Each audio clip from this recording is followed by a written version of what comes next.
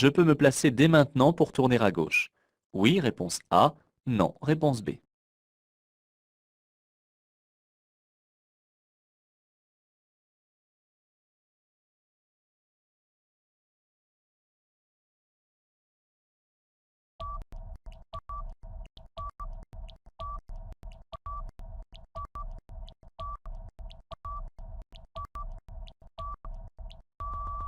Le marquage au sol ne m'autorise pas à me placer dès maintenant, car cela m'obligerait à circuler sur les zébras, ce qui est strictement interdit. Et je risque un point en moins, une suspension de 3 ans de mon permis de conduire et une amende forfaitaire. J'attends que le feu passe au vert pour effectuer cette manœuvre. Comme le véhicule blanc, je peux m'arrêter. Oui, réponse A. Non, réponse B. Je peux stationner. Oui, réponse C. Non, réponse D.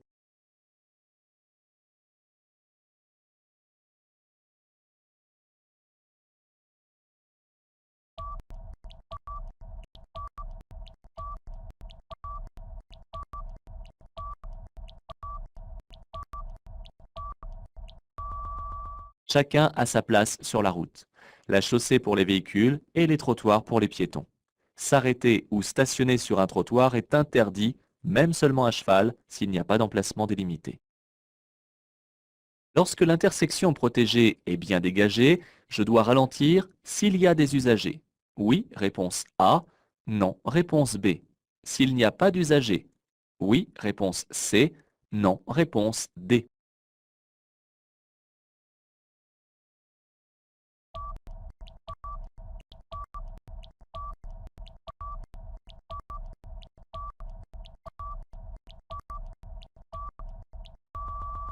Je dois toujours ralentir en abordant une intersection, alors que des usagers se présentent, car je dois prévoir une erreur humaine ou mécanique.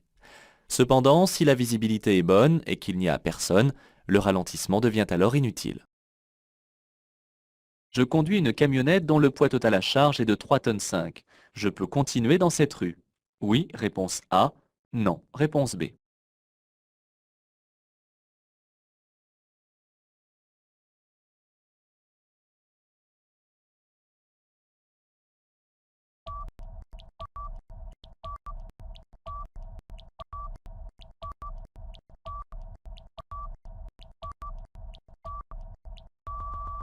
Ce panneau de prescription interdit l'accès de la rue aux véhicules dont le poids total à charge est supérieur à 3,5 tonnes.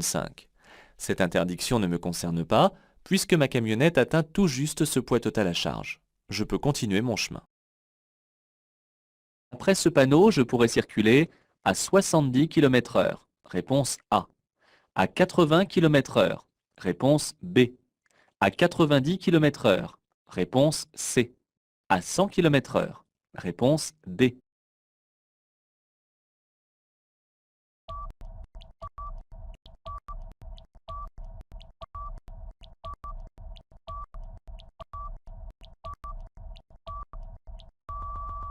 Ce panneau indique que je quitte une agglomération. Jusqu'à présent, la vitesse était limitée à 50 km/h.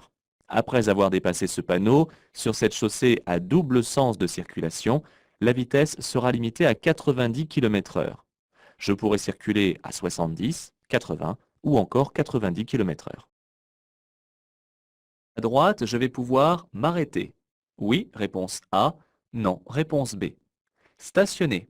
Oui, réponse C. Non, réponse D.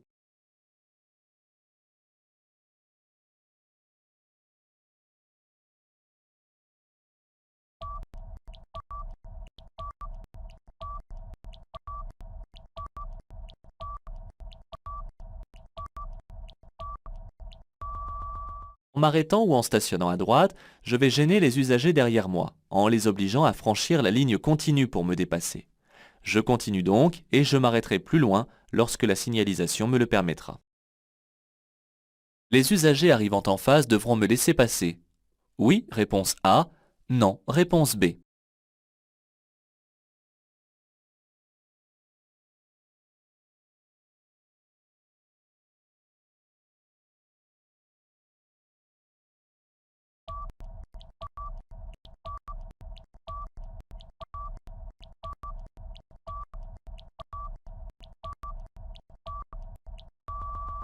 L'obstacle à la circulation n'est pas de mon côté.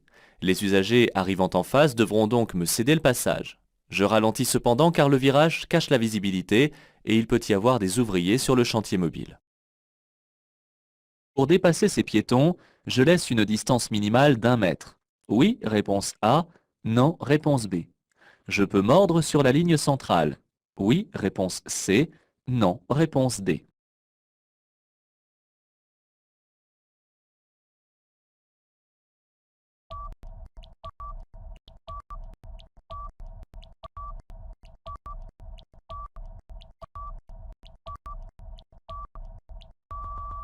Je circule en agglomération où, pour dépasser ces piétons sans les gêner, je dois laisser une distance de sécurité minimale d'1 mètre. Je peux chevaucher la ligne discontinue pour les dépasser, sans oublier de le signaler avec le clignotant. En prenant la voie de droite, je pourrais faire le plein de carburant. Réponse A. Boire une boisson chaude. Réponse B. Me restaurer. Réponse C.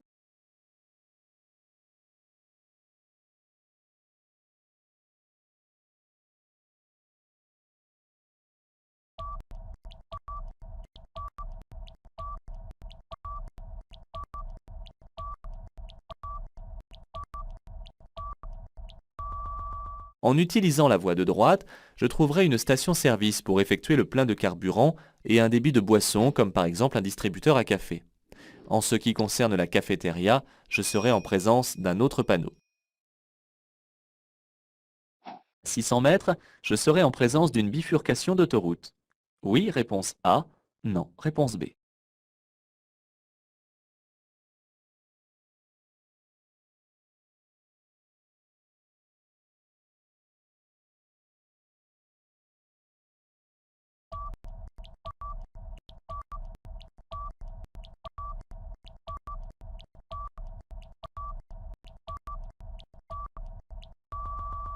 Je ne serai pas en présence d'une bifurcation d'autoroute car ce panneau est à fond vert au lieu de bleu, ce qui veut dire que je circule actuellement sur un grand itinéraire.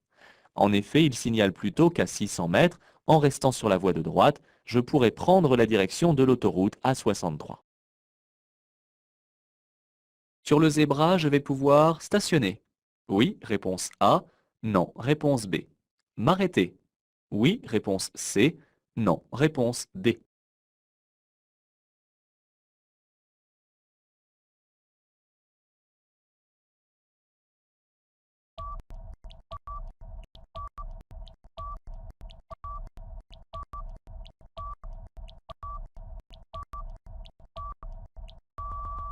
Un zébra remplace un terre-plein. Or, on ne s'arrête pas et on ne stationne pas sur un terre-plein. Il en est donc de même sur un zébra. Je cherche une entrée de parking pour me garer sur un emplacement. Au volant d'une camionnette, je peux m'engager dans cette rue. Oui, réponse A. Non, réponse B.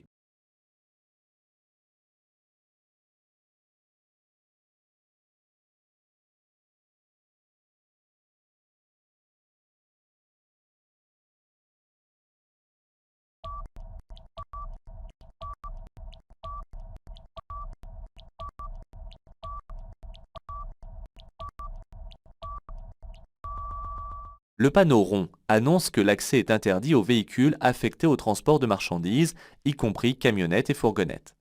Cependant, le panonceau situé sous le panneau indique que l'interdiction ne s'applique qu'aux seuls véhicules de plus de 5 tonnes. Je peux m'engager car une camionnette pèse moins de 3 tonnes 5. J'ai percuté le véhicule devant moi et le conducteur qui me suivait a percuté le mien. Je dois remplir un constat amiable. Réponse A. Deux constats amiables. Réponse B. Trois constats amiables. Réponse C.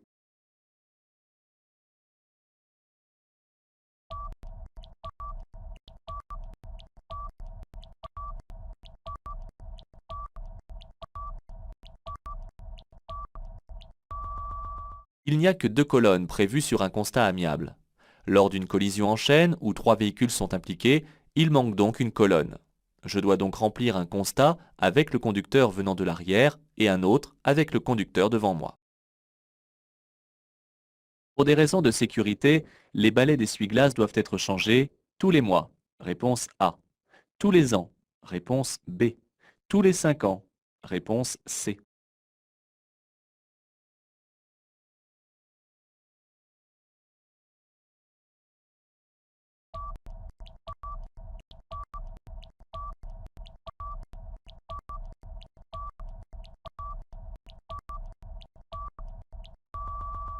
Pour une efficacité optimale, je dois régulièrement contrôler et nettoyer mes balais d'essuie-glace.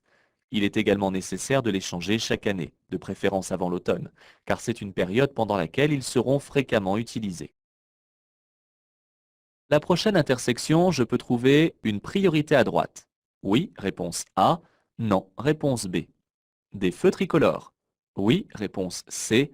Non, réponse D.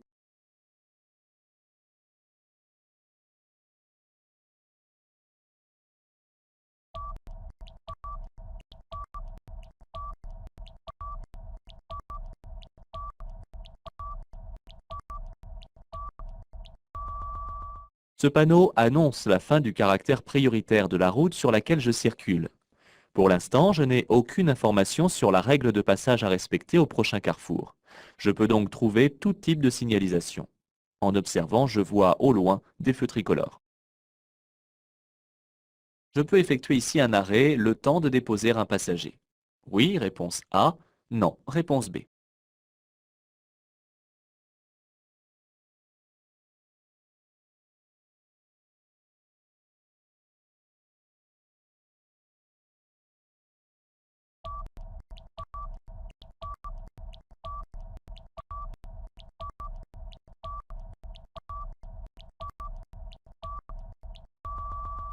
À cet endroit, je ne peux en aucun cas effectuer un arrêt. En effet, il serait considéré comme gênant du fait que j'obligerais les autres usagers qui arrivent derrière moi à franchir la ligne continue. La signalisation me permet maintenant de relever ma vitesse à 90 km/h. Oui, réponse A. Non, réponse B. De dépasser. Oui, réponse C. Non, réponse D.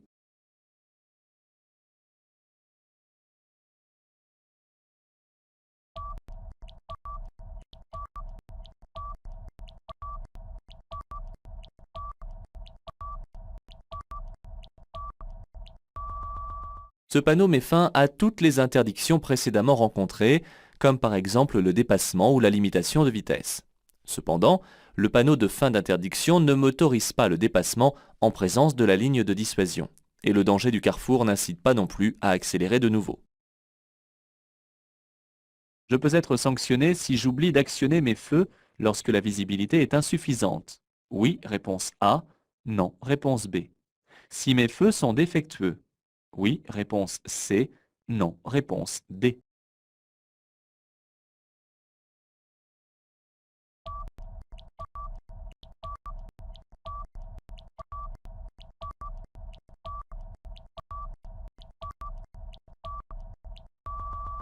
Je risque d'être sanctionné si j'oublie d'actionner mes feux lorsque la visibilité est insuffisante, mais également si mon éclairage est défectueux. C'est pourquoi il est conseillé de posséder en permanence une boîte d'ampoule de rechange dans le véhicule. La signalisation indique que je devrais dorénavant céder le passage à droite à toutes les intersections de l'agglomération. Oui, réponse A. Non, réponse B.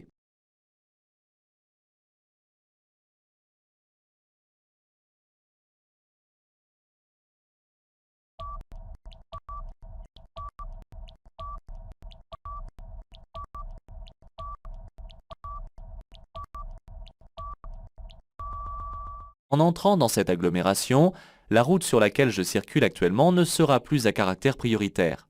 Cela ne veut pas dire que je devrais céder le passage à droite à toutes les intersections. En effet, je peux aussi y rencontrer des intersections avec différentes règles de priorité à appliquer ou avec des feux tricolores. Les rétroviseurs extérieurs permettent de contrôler la totalité des angles morts. Oui, réponse A. Non, réponse B.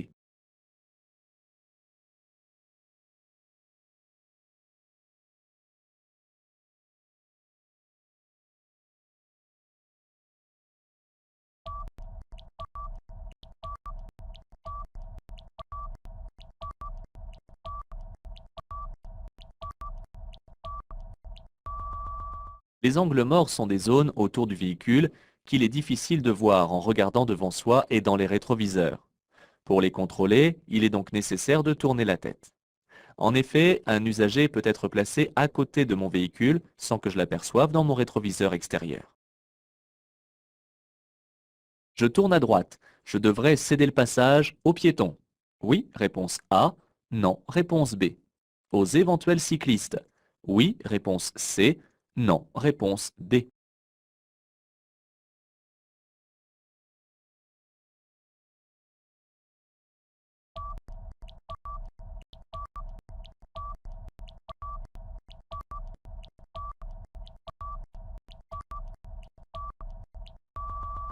En tournant à droite, je devrais céder le passage aux piétons. Je regarde directement à ma droite afin de céder éventuellement aussi le passage aux cyclistes de la voie réservée.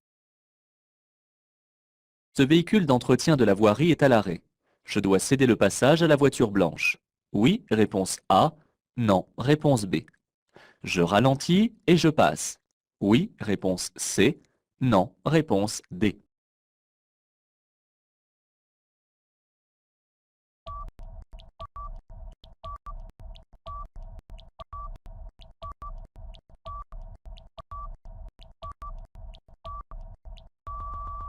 Le croisement est rendu difficile par la présence du véhicule de voirie qui est à l'arrêt pour effectuer des travaux. C'est au conducteur qui a l'obstacle dans sa voie de circulation de céder le passage à celui dont la voie est libre. Dans cette situation, je ralentis pour assurer la sécurité des ouvriers et je passe. Je circule sur l'itinéraire principal vers Béziers. Oui, réponse A. Non, réponse B. Une route nationale. Oui, réponse C. Non, réponse D.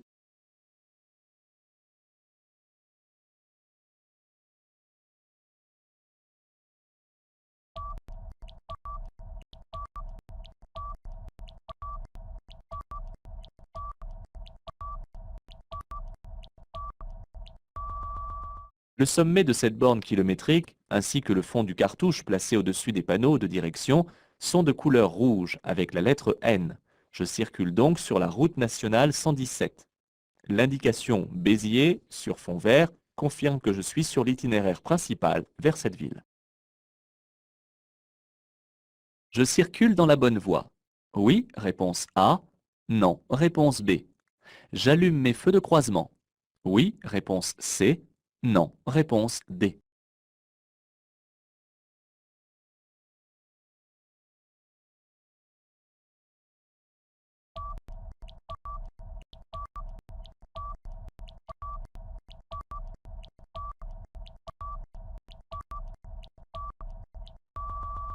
Je circule dans un sens unique et en principe, je dois me tenir dans la voie la plus à droite. Mais celle-ci est matérialisée par le marquage qui délimite les voies réservées. Je circule certainement en présence d'une voie réservée aux véhicules lents et je n'ai pas à l'utiliser si je roule à plus de 60 km/h. Le panneau d'obligation me demande d'allumer dès maintenant les feux de croisement puisque je suis hors agglomération.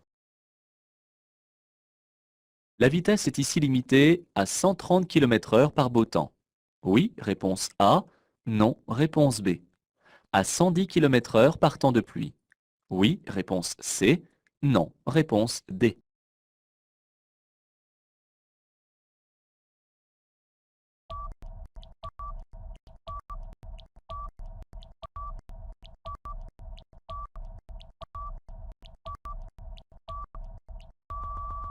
Ce panneau implique que je circule sur une autoroute.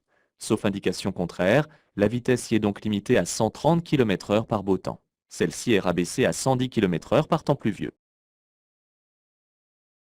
Dans ce type d'intersection, je dois céder le passage. Oui, réponse A. Non, réponse B. Ralentir. Oui, réponse C. Non, réponse D.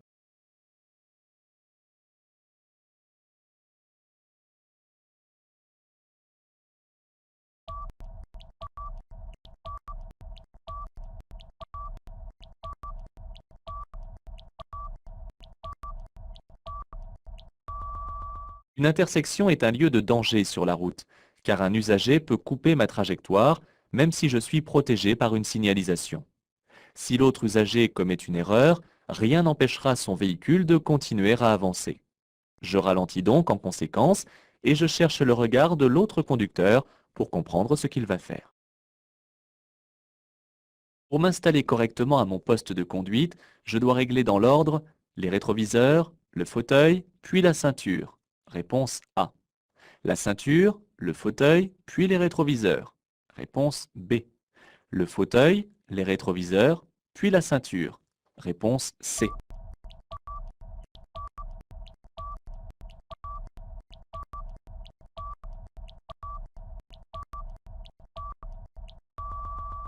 Avant de démarrer, je dois m'installer correctement au poste de conduite.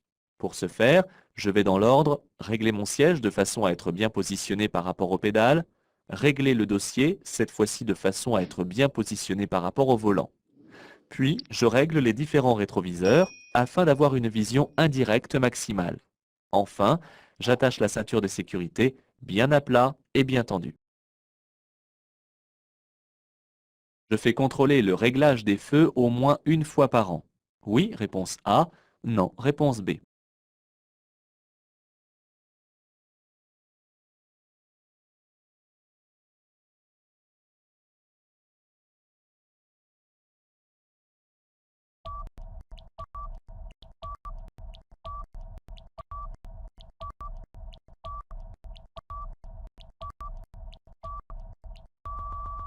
Chaque année, les associations de sécurité routière et les automobiles clubs organisent des campagnes de réglage. Elles sont généralement gratuites.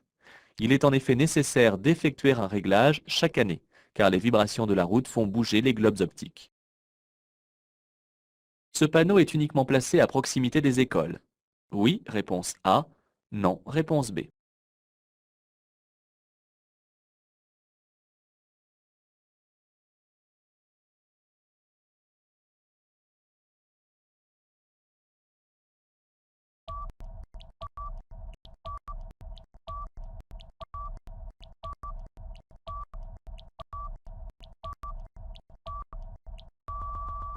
Le panneau «Endroit fréquenté par des enfants» ne se trouve pas uniquement à proximité d'une école. En effet, il peut se trouver à proximité d'un centre aéré, d'un stade ou encore d'une aire de jeu pour les enfants. Ici, le marquage au sol précise qu'il s'agit d'une école. Sur cette route, je peux rencontrer des poids lourds. Oui, réponse A. Non, réponse B. Des motocyclettes. Oui, réponse C. Non, réponse D.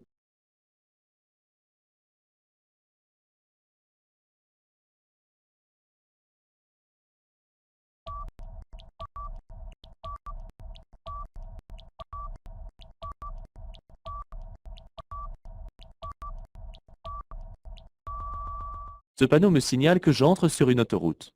Sur ce type de route peuvent circuler tous les véhicules nécessitant un permis de conduire, s'ils peuvent circuler au-dessus de 40 km/h. Les poids lourds et les motocyclettes peuvent donc circuler sur ce type de route. Les conditions météorologiques m'obligent à circuler sur cette voie. Je peux y circuler à 50 km/h. Réponse A. À 60 km/h. Réponse B. À 90 km/h. Réponse C. À 110 km/h. Réponse D.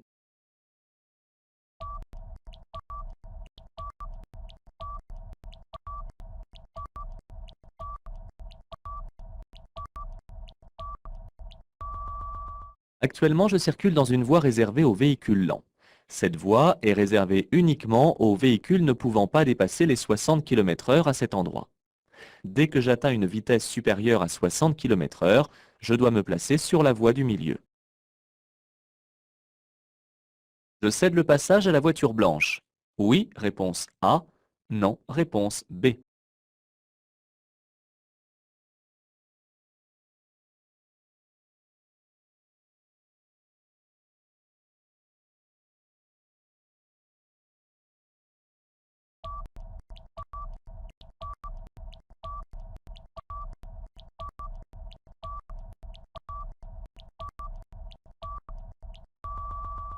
J'aborde une intersection sans signalisation concernant la règle de passage des usagers. En l'absence d'une telle signalisation, j'en déduis que c'est la règle de la priorité à droite qui s'applique ici. Je cède donc le passage à la voiture blanche qui vient de ma droite. Je peux suivre la voiture qui dépasse. Oui, réponse A. Non, réponse B. Je peux mordre sur le zébra. Oui, réponse C. Non, réponse D.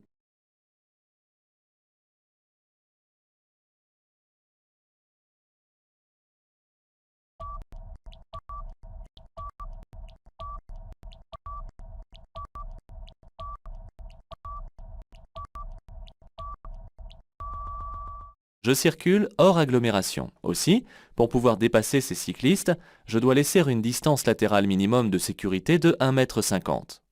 Si les cyclistes restent bien à droite, il y a tout juste la place pour dépasser sans avoir à mordre sur le zébra, ainsi que le fait l'usager devant moi. Je dépasse tout de même avec prudence. Pour stationner dans cette zone, je dois tenir compte de la date. Oui, réponse A. Non, réponse B. Des numéros des immeubles. Oui, réponse C. Non, réponse D.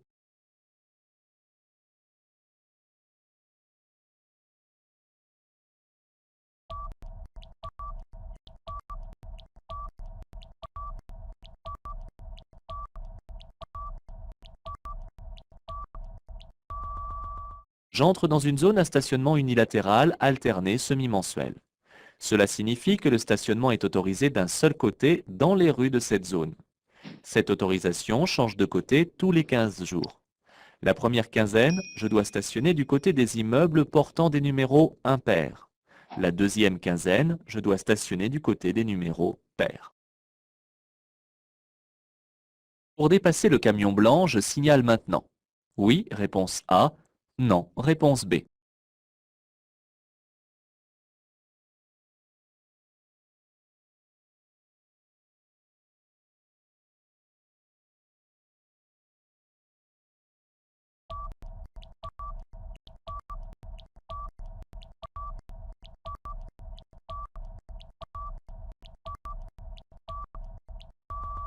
Par principe, je dois signaler une manœuvre seulement lorsqu'elle est réalisable. Or, un coup d'œil dans le rétroviseur gauche montre qu'un véhicule me dépasse. Afin d'éviter de perturber sa manœuvre, j'attends qu'il soit passé avant de signaler mon intention. Dans cette situation, je conserve mon allure et je continue. Réponse A. Je ralentis et je continue. Réponse B. Je m'arrête avant le passage à niveau. Réponse C.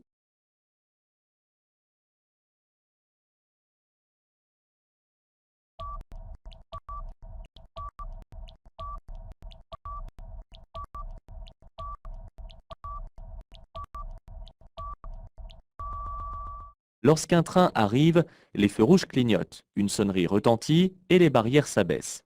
Ici, je n'ai donc pas besoin de m'arrêter, mais je ralentis tout de même. En effet, je dois penser aux pneus et à la suspension en passant sur les rails. Sur ce bloc de feu, le blanc est celui du feu de recul. Oui, réponse A. Non, réponse B.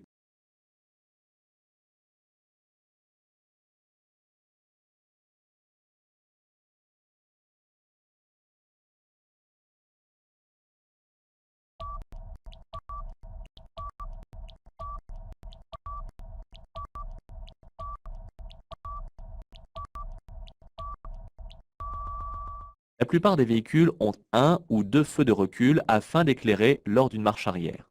Ce feu éclaire en blanc dès que la marche arrière de la boîte de vitesse est enclenchée. Je peux continuer tout droit si ma vitesse ne dépasse pas 50 km/h.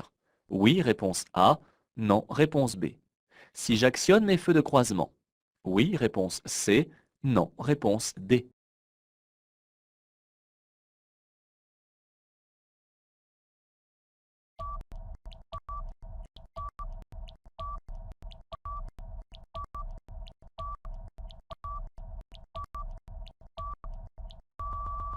Le panneau de prescription à droite interdit l'accès de la route aux usagers ne travaillant pas sur le chantier. Je n'ai donc pas le droit de continuer, même si mes feux sont allumés et si je respecte la limitation de vitesse. La ceinture de sécurité doit être positionnée bien à plat. Oui, réponse A. Non, réponse B. N'a pas grande utilité en agglomération. Oui, réponse C. Non, réponse D.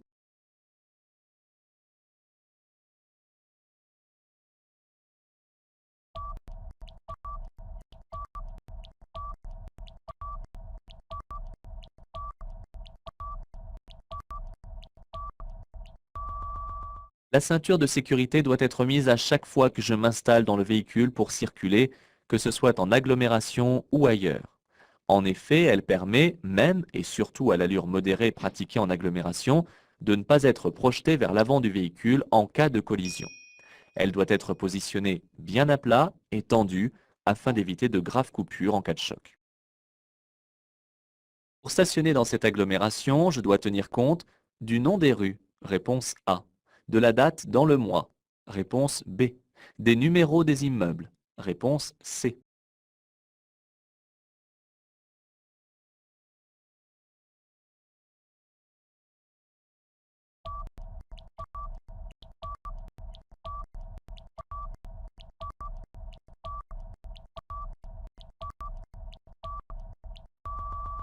En entrant dans cette agglomération, j'entre également dans une zone d'un stationnement alterné semi-mensuel.